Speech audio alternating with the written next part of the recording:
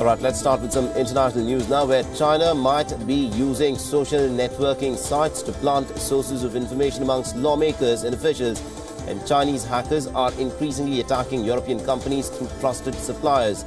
The German intelligence agency BFV has said that more than 10,000 Germans have been targeted by Chinese intelligence agents posing as consultants, headhunters or researchers, mainly on the social networking site LinkedIn. The head of the agency, Hans-Georg Masson, has said that the hacking is an attempt by the Chinese to infiltrate into particular parliaments, ministries and also government agencies.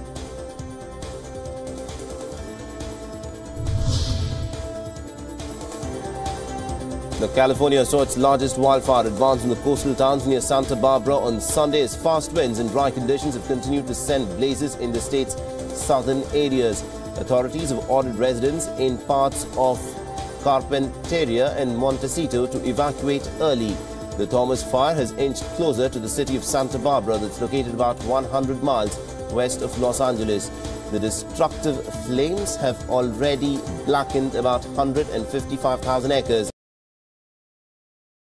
Southern California has also seen about 6 major fires in the last week.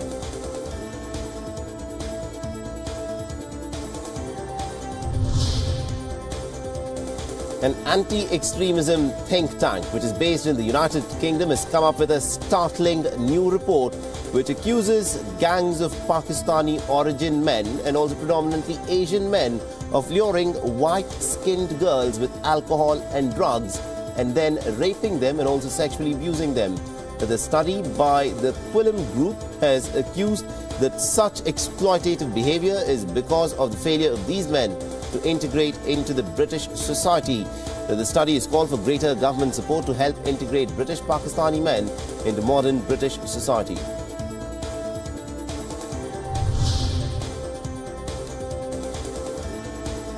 The protests against US President Donald Trump's decision to recognize Jerusalem as the capital of Israel have now spread to Pakistan.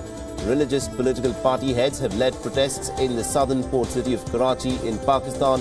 Hundreds of supporters of the Defy Pakistan Council, which is a coalition of religious and political parties, have also taken part in the rally.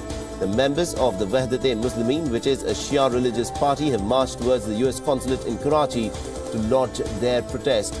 The routes to the consulate were also barricaded with containers and security was beefed up in the region.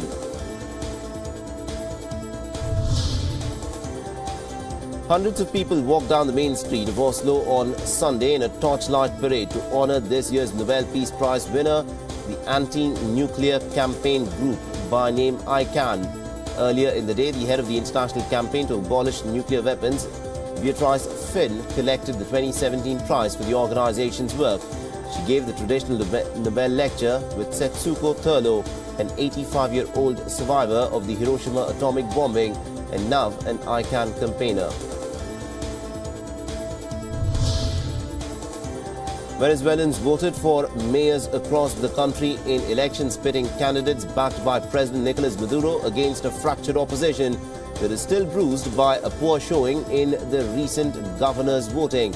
The ballots for local leaders in 335 city halls across the oil-rich nation are the final national elections before presidential elections next year, in which Maduro is expected to run.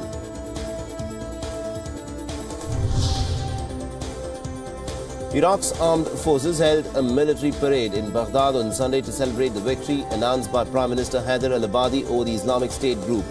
Backed by a US-led coalition, Iraqi forces gradually have retaken control of all the territory that had been lost to the jihadists over the past 3 years. The head of the coalition on Sunday congratulated the Baghdad government for defeating the Islamic State, but warned that more work needed to be done to ensure that the Islamic State fighters do not strike again. Iraqi army units marched through the main square in central Baghdad as helicopters and fighter jets flew overhead. Just hours ahead of the opening of the World Trade Organization's ministerial meeting in Buenos Aires, Argentine security officials guarded the area around the convention center. Argentina defended the government's decision to block 2 European activists from entering the country. The meeting took place amidst a heavy security operation 1 day after Argentina had blocked British journalist and activist Sally Birch and spokesperson for the Norwegian ATO Nord, Peter Titland.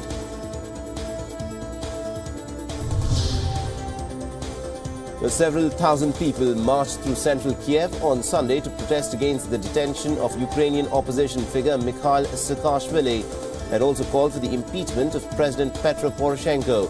Saakashvili, the president of his native Georgia for 9 years until 2013, had moved to Ukraine after a popular uprising there and had served under Poroshenko as a regional governor from the year 2015-2016 before falling out with the Ukrainian leader. He was also detained in Kiev on Friday.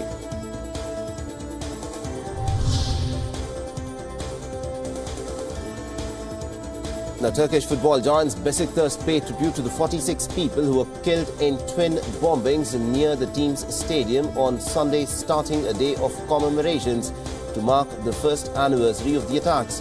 On the 10th of December last year, 39 police officials and 7 other people had been killed when 2 car bombs had exploded within seconds of each other in Istanbul.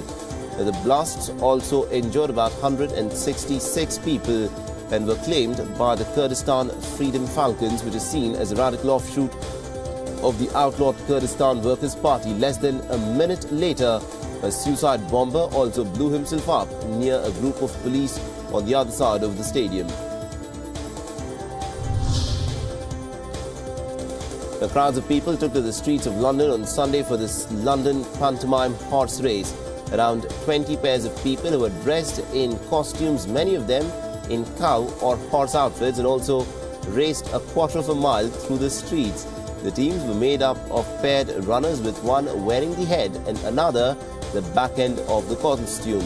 The event is now into its 8th year.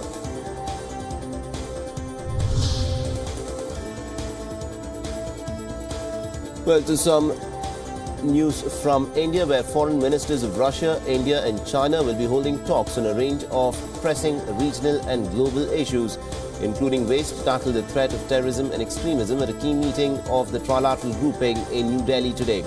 India will strongly push for strengthening cooperation amongst the 3 nations in effectively countering terrorism and naming Pakistan-based terror groups such as Lashkar-e-Taiba and also Jaish-e-Mohammed before the trilateral talks. External Affairs Minister Sushma Swaraj will also hold a meeting with her Chinese counterpart Wang Yi, during which a number of major issues are likely to be discussed. It will be the first high-level visit from China to India after the Doklam standoff.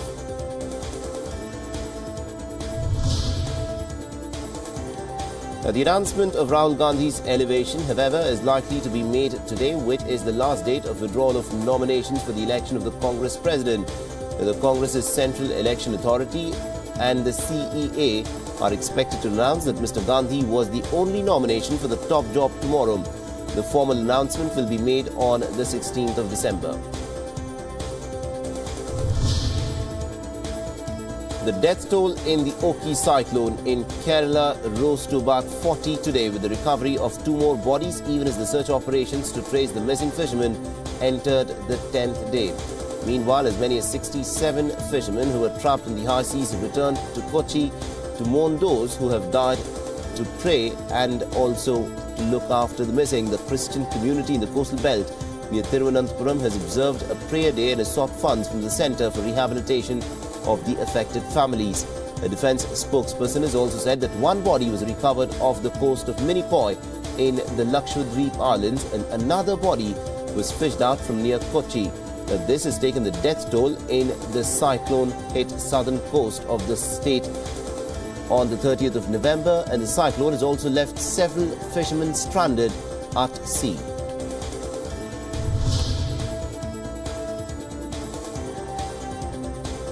The Delhi Chief Minister Arvind Kejriwal has said that his government is not against private hospitals but cannot maintain silence on the inhuman criminal negligence on part of some of the hospitals in the manner they've been charging money from patients. His remarks have come in the wake of protests staged on Saturday by the employees of Max Hospital in Shalimar Bagh after the government cancelled its license with immediate effect for mistakenly declaring a newborn dead. The Chief Minister has also said that he had been informed about the corporate-owned private hospitals who exploit their own doctors and do not give them salaries on time. He's also slammed Bharatiya Janata Party Delhi State President Manoj Tiwari for supporting Max Hospital and opposing Delhi government's decision to cancel its license.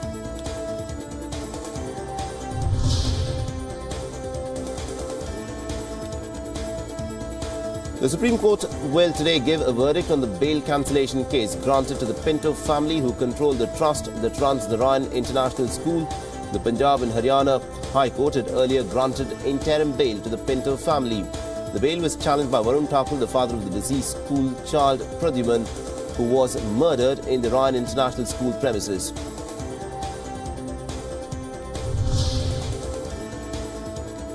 New Delhi will be hosting a two-day ASEAN-India Connectivity Summit, which starts today. The theme of the summit is powering digital and physical linkages for Asia in the 21st century.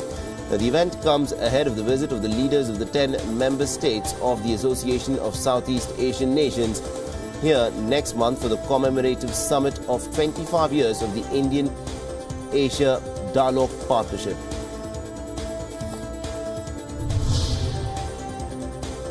A mobile food testing van of the Goa Food and Drugs Administration is named the Food Safety on Wheels has been launched by the Goa Chief Minister Manohar Parrikar.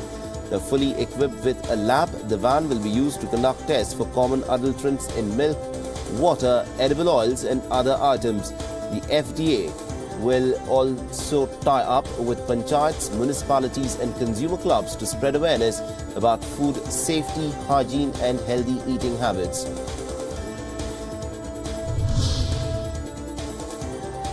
A new study has revealed that while choosing their college for higher education, girls in New Delhi actually factor in their safety while travelling to college rather than the college credentials itself. Now, the study has been titled as Safety First and analysed college choices that have been made by 4,000 girls of the city. The survey has also pointed out in the study that girls are willing to spend more on travelling to colleges to ensure the safety aspect than boys.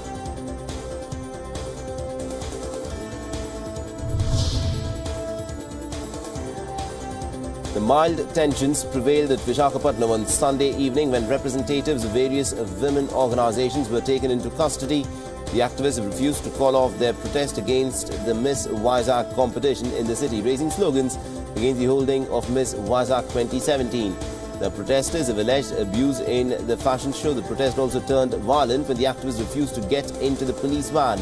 The Vizag ACP said that the event organizers had actually taken permission well in advance for conducting the show.